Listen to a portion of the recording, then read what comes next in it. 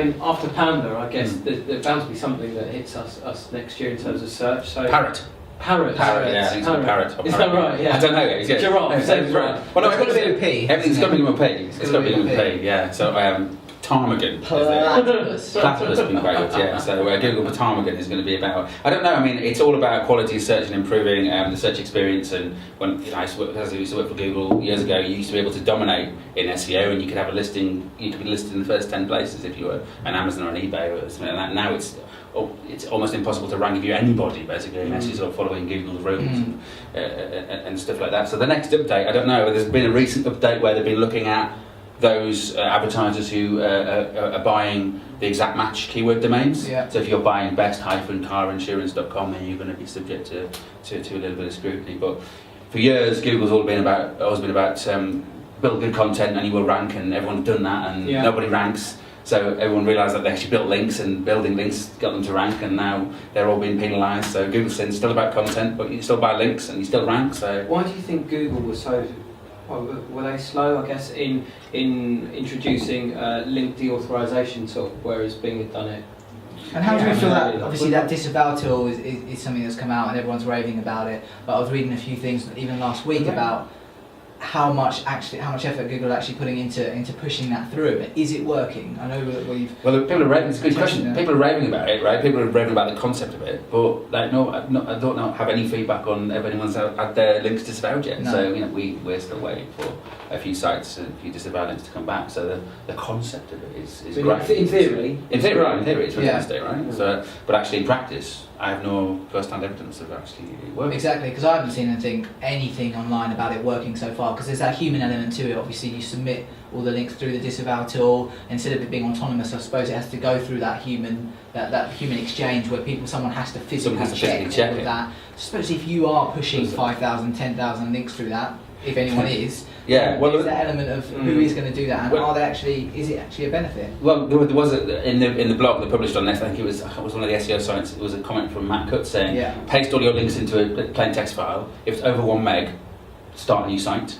So and we try and work out how many links you would need to have to start a new site. So you could feasibly have 10,000 links and start a new site. Yeah. If you've got a couple of hundred links, but then again, who's checking them? How do they check? Are these sort of known? We disavow the links, put the links on there. Do they check? Say, we know about this site, the spammy site, and what's your argument? You say the old agency bought these, somebody else did this, we didn't do this. It's kind of it's kind of I feel it's a bit more of a glammed up sort of reconsideration request. The whole SEO, going back to your initial point, the Google Panda, Google Penguin, whether you've been kicked off for a natural link building. Yeah. It just feels like a bit more sort of a glammed up version of that. I think there's a lot of hope there, but there's is there any sort of end of the road? And then I guess from a social media point of view, I mean, there's been so much chat around the importance of social media to search, and then coming closer and closer together. But really, what is the what is the impact of an excellent search strategy and social media strategy and then coming together? Is it really, the links that you're generating on social media really that beneficial to your own search strategy? It's buzz, isn't it? It's generating content. If people are talking about something and start publishing their own content, talking about stuff and it's referring to it, then you're generating buzz. You're actually pushing, rather than going off and link building and writing content yourself, you're pushing something out there and people are talking about it and they're writing their own content. And it's adding that extra shareability factor to it. Yeah. But obviously something we've been looking at, and then something I'm looking at the moment, is how much value those links actually do have from an SEM perspective. Like, for instance, if we were to set up a Google Plus platform, do the Google Plus links have more value than the Facebook and the Twitter links or anything that gets picked up in those circles? Is Google Plus, obviously with the recent changes to Google, they are trying to incorporate Google Plus into a much more holistic model with search and SEM. But really, is there a huge amount of value in having that? Of course, from a social media perspective, yes, it is distributing that content, it's extending reach, it's increasing visibility, it gives you that shareability element to it. Yeah. But actually, from a value perspective, do those links have any more value than Google are placing importance on those links? I mean, it's their product, so they're saying, use this product and it will impact on your SEO. But the thing about Google Plus is, when it launched, everyone Google's launched a new product, let's sign for it.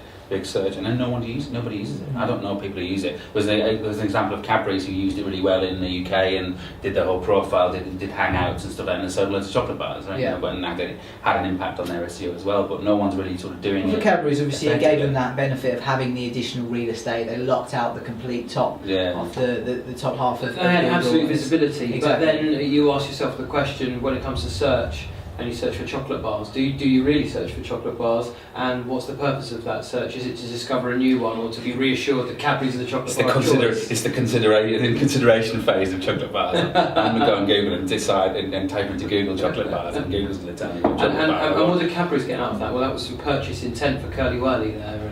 And